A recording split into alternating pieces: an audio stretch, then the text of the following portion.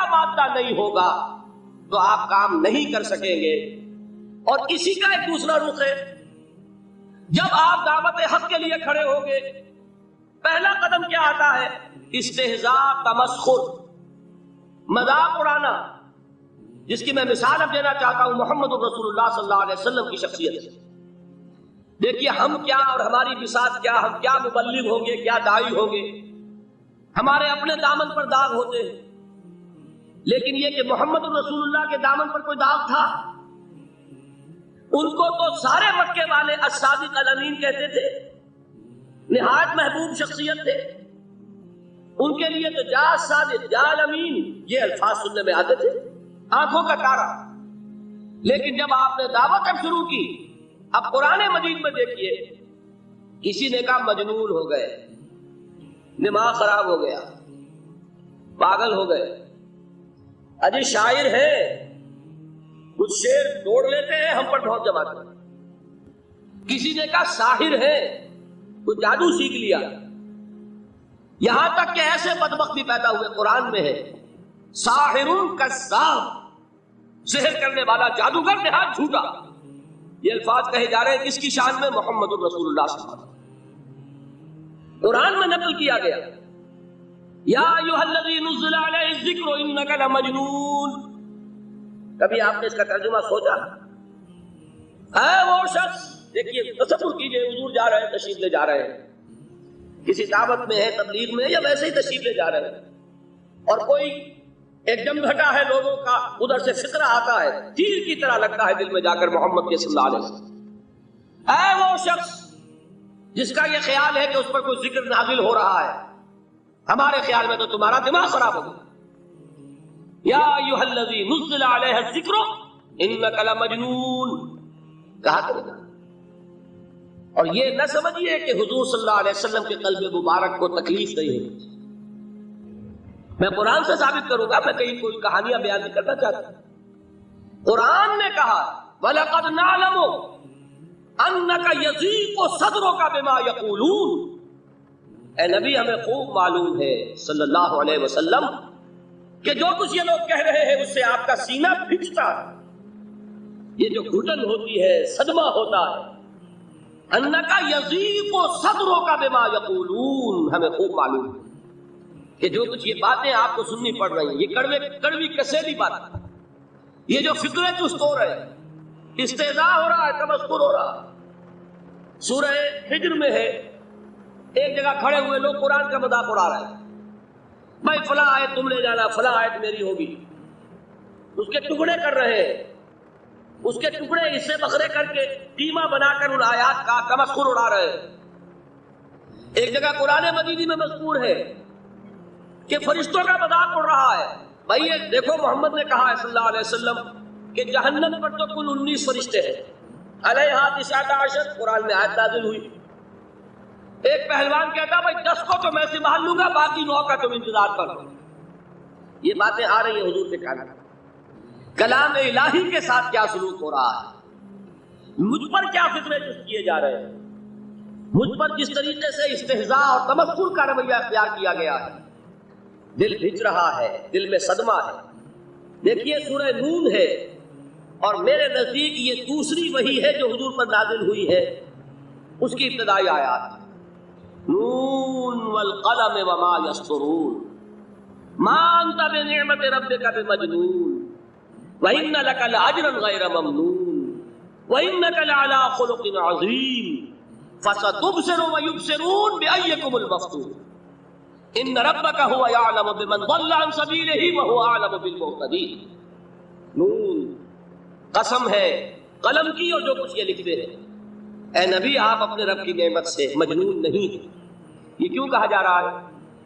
حضور کو جو صدمہ پہنچا ہے وہی نازل ہوئی ہے دل جوئی کے لیے، تسلی کے لیے. آپ کیوں برا منا رہے ہیں؟ اے نبی آپ کیوں صدمہ اور رنج اور اندوہ محسوس کر رہے ہیں؟ ان بدبختوں کے کہنے سے کوئی آپ مجنون ہو جائیں گے؟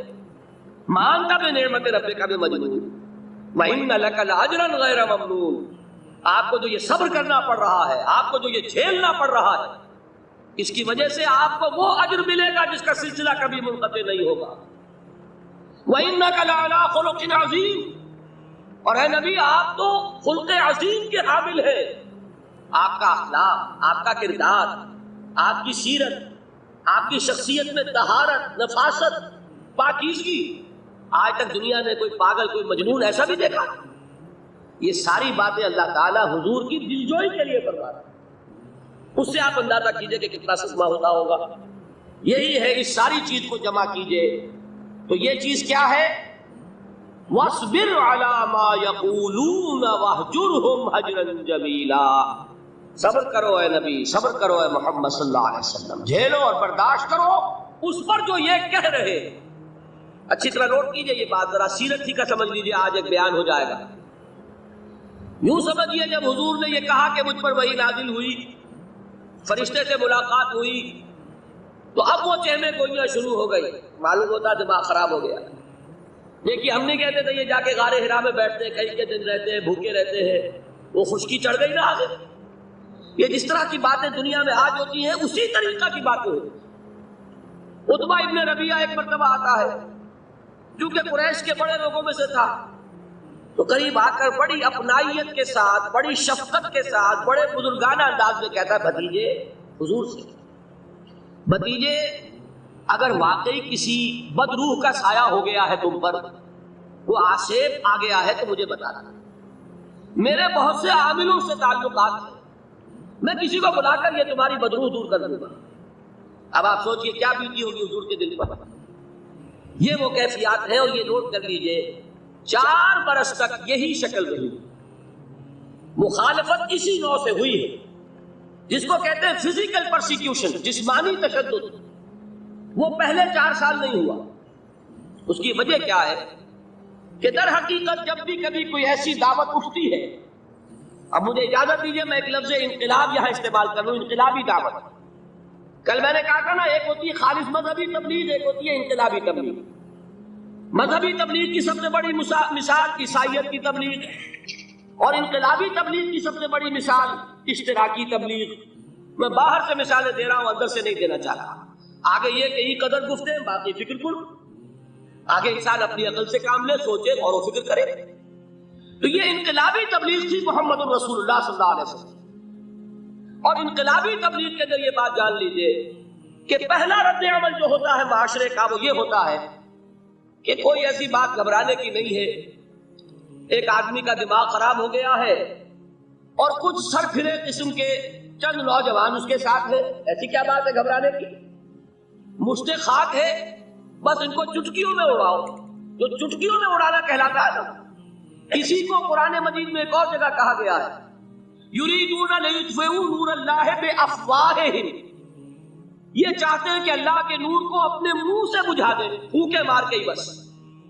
تو پہلا رد عمل جو ہوتا ہے ایک نظام کا، ایک کسی انقلابی دعوت کے خلاف، وہ رد عمل ہوتا ہے استہزاء، تمسخر، مذاق کرو، ان کو جس کو آپ انگریزی میں کہتے ہیں ڈی مورلائز کرو، ان کی ہمتیں جو ہیں وہ ٹوٹ جاتی، ان کو اس طریقے سے، اسی کا نام ہے آج کل کی اصطلاح میں کیریکٹر اسیسینیشن، ان کی شخصیتیں جو ہیں ان کو داغدار کر دو، ان کا اعتبار ختم کر دو، ان کا استہزاء کرو، تمسخر کرو۔ اور یہ میں آپ سے عرض کر رہا ہوں اس وقت ایک گنا فخر کے ساتھ اور اللہ تعالیٰ کا شکر ادا کرتے ہوئے کہ میں نے جو کام بھی کیا ہے اس وقت پاکستان میں، آپ نے اخبارات میں دیکھا ہوگا، بڑا دقیانوسی مولوی ہے، بیگمات کا رد عمل جو ہوا وہ آپ کے علم میں ہوگا، بڑے جو یہ جدید ہمارے روشن خیال قسم کے جو صحافی ہیں، اگر کہیں آپ نے پڑھا ہو جس طرح استہزاء ہوا ہے، جس طرح مذاق اڑایا گیا ہے، جو الفاظ استعمال کیے گئے، وہ میرے نزدیک بہت بڑی سند ہے جو اللہ کے ہاں جا کر پیش کروں گا کہ اللہ تیرے دین کے لیے، میں نے اپنے گھر سے کوئی بات نہیں کہی، میں نے جو بات کہی وہ جو شریعت محمدی کی بات ہے وہ کہی، اگر اپنی طرف سے کہیں ہو کوئی اضافہ کیا ہو تو اللہ تعالیٰ کی پھٹکار ہو مجھ پر اور لعنت ہو مجھ پر، لیکن اگر میں نے وہی کچھ کہا جو شریعت محمدی کا تقاضا ہے اور قرآن اور سنت کی بات ہے، تو پھر اگر مجھے کسی نے پاگل کہا اور کسی نے دقیانوسی کہا اور کسی نے اور فکرہ جست کیا، تو میں اس کے لیے، میں تو سمجھتا ہوں میرے لیے وہ سند ہے جو اللہ تعالیٰ کے ہاں بجا کر پیش کروں۔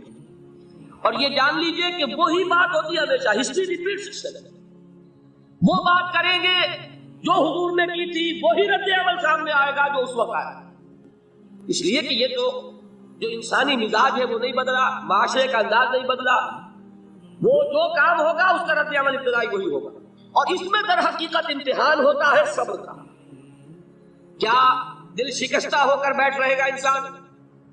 ہمت جواب دے جائے گی، کمر ٹوٹ جائے گی، قوت ارادی اور عزیمت جو ہے مزمحل ہو جائے گی، پھوکوں سے چراغ بجھ جائے گا. یہ جو میں نے آیت آپ کو سنائی تھی اس کا بڑی خوبصورت کی ساتھ ترجمہ کیا ہے مولانا ظفر علی خان کہ نور خدا ہے کفر کی حرکت پہ خندہ زن، پھوکوں سے یہ چراغ بجھایا نہ جائے گا. یریدون لیطفئوا نور اللہ بافواہہم واللہ متم نورہ ولو کرہ الکافرون.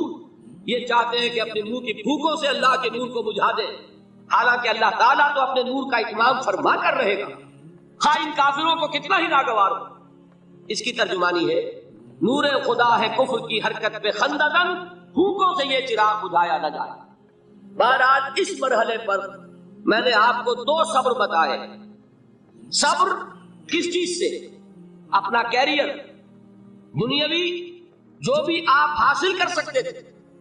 ذہین آدمی ذہانت لگائے گا تو دین کی دعوت دے گا ایٹ دی انٹلیکچوئل لیول. اور یہ بات جان لیجئے کہ یہ چیز دنیا میں کسی کمائی کا ذریعہ نہیں بن سکتی. اسے قربانی دینی پڑے گی کیریئر کی، اپنے مفادات کی، تب کام کر سکے گا. عام آدمی وقت لگائے گا، صلاحیتیں صرف کرے گا، اپنی وہی اس وقت سے اور توانائی سے پیسہ بنا سکتا تھا. آج کل تو آپ کو معلوم ہے کہ بڑی سادی ہو گئی ہے یہ حساب کتاب کی بات، بہت سادہ. ایک انسکلڈ لیبرر کا 1 گھنٹہ برابر ہے اتنے روپے کے، ایک سکلڈ لیبرر کا 1 گھنٹہ برابر ہے اتنے روپے کے. آپ تو ہر چیز کاؤنٹ کر سکتے ہیں، میئر کر سکتے ہیں. جو شخص 1 گھنٹہ لگا رہا ہے اس نے کچھ پیسہ خرچ کیا ہے، اسی وقت کو لگا کر وہ پیسہ بناتا، اسی ذہانت اور صلاحیت سے وہ کمائی کرتا. ادھر لگایا تو وہ جو کمی ہو رہی ہے اس کو برداشت کرنا، اس کو جھیلنا اور خوش دلی سے برداشت کرنا. یہ سمجھنا کہ در حقیقت یہ سب کچھ کیا ہے کہ اللہ تعالیٰ کے ہاں اس کا جو ثواب ملے گا. یہ صبر کا ایک رخ. اور استہزاء ہو، تمسخر ہو، مذاق اڑے، فکرے چست ہو، دقیانوسی کہا جائے، ریئیکشنری کہا جائے، یہ بڑے ریئیکشنری ہے، یہ بڑے پچھلے زمانے کے لوگ ہیں، اگلے وقتوں کے ہیں یہ لوگ، انہیں کچھ نہ کہو. جو کہا جائے سنو. وَاصْبِرْ عَلَىٰ مَا يَقُولُونَ وَاهْجُرْهُمْ هَجْرًا جَمِيلًا. اور صبر کیجئے محمد صلی اللہ علیہ وسلم. دیکھیے کوئی پہلو ایسا نہیں ہے جس میں ہمیں ہدایت قرآن مجید سے اور سیرت محمد صلی اللہ علیہ وسلم سے ملنا جائے. اگر اللہ تعالیٰ مقام دعوت پر فائز ہونے کی توفیق عطا فرما دے تو جو مرحلے پیش آئیں گے وہ آپ کو نظر آ جائیں گے سیرت محمدی میں صلی اللہ علیہ وسلم. اور اس وقت حضور سے جو کہا گیا اس سے آپ کے دل پر بھی اس کے زخمی جو آپ کا دل ہے، آپ کے احساسات ہیں، اس پر مرہم رکھا جائے گا. وَلَقَدْ نَعْلَمُ أَنَّكَ يَضِيقُ صَدْرُكَ بِمَا يَقُولُونَ. ہمیں خوب معلوم ہے کہ جو کچھ آج تمہیں سننا پڑ رہا ہے اس سے تمہارا سینہ پھٹتا ہے، تمہیں رنج اور صدمہ ہوتا ہے. لیکن وَاصْبِرْ عَلَىٰ مَا يَقُولُونَ، جو کچھ یہ کہہ رہے ہیں اس پر صبر کیجئے، اس کو جھیلیے اور برداشت.